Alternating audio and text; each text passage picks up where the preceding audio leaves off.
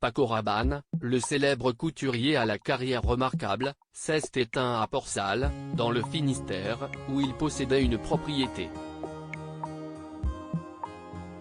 Il avait 88 ans. Le monde de la mode est en deuil.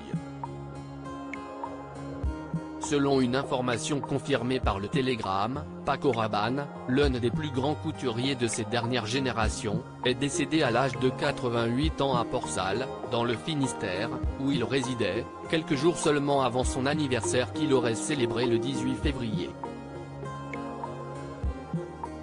Une bien triste nouvelle pour les passionnés de mode, qui disent adieu à l'un des plus grands noms du milieu, qui s'était également illustré dans l'univers du parfum. De son vrai nom Francisco Rabanne dai Cuervo, Paco Rabanne avait passé les premières années de sa vie en Espagne, avant de fuir le pays pour échapper à la guerre civile. Loin de son pays natal, si est en France que le jeune Francisco, qui se faisait désormais appeler Paco, avait trouvé de nouveaux repères, lui qui s'était d'abord lancé dans des études d'architecture aux Beaux-Arts de Paris. Nous sommes au début des années 60, époque à laquelle Paco Rabanne avait déjà compris que la mode était sa véritable passion. En parallèle de ses études, le jeune couturier travaillait donc pour le célèbre créateur de mode Charles Jourdan, décédé en 1976.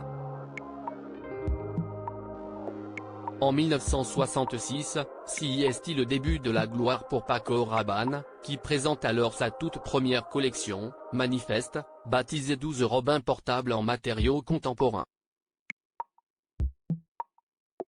Sa vision avant-gardiste et son goût pour les créations hors du cadre, portées par la maison Paco Rabanne, en feront l'un des couturiers les plus demandés, lui qui s'est d'abord lancé dans le parfum et le prêt-à-porter masculin avant de s'attaquer au prêt-à-porter féminin.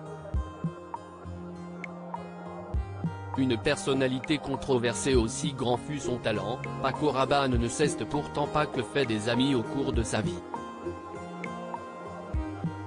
Le couturier, qui avait assuré avoir vécu plusieurs vies antérieures, avait prédit une apocalypse avec le crash de la station Mir sur Paris, lors de l'éclipse de soleil, le 11 août 1999. Moqué par l'opinion à l'époque, Paco Rabanne avait finalement présenté ses plus plates excuses dans les colonnes de Paris Match, regrettant néanmoins les vagues de haine qu'il avait dû subir par la suite.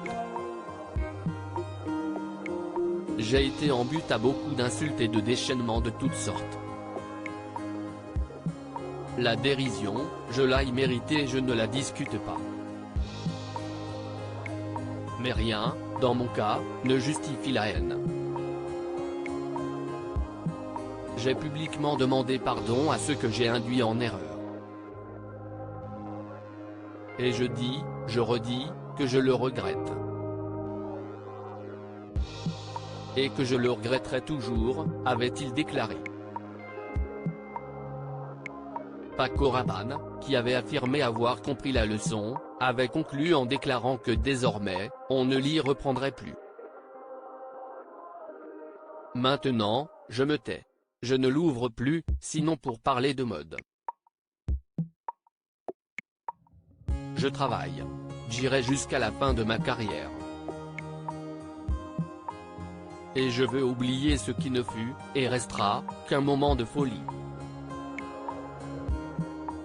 Paco Rabanne, qui vivait en Bretagne, a laissé une marque indélébile dans la mémoire de Marguerite Lamour, mère de Ploudalmézeau Port-Salle, qui a rappelé qu'il avait la simplicité des hommes qui savent d'où ils viennent.